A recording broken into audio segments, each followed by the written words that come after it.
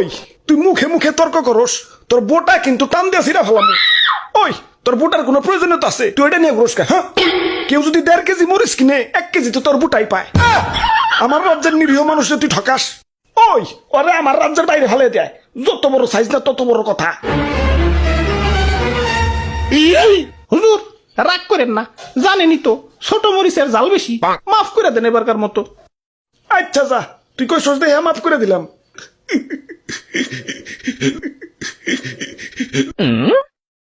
ওই আমার অনেক অনেক ক্ষোভ আছে।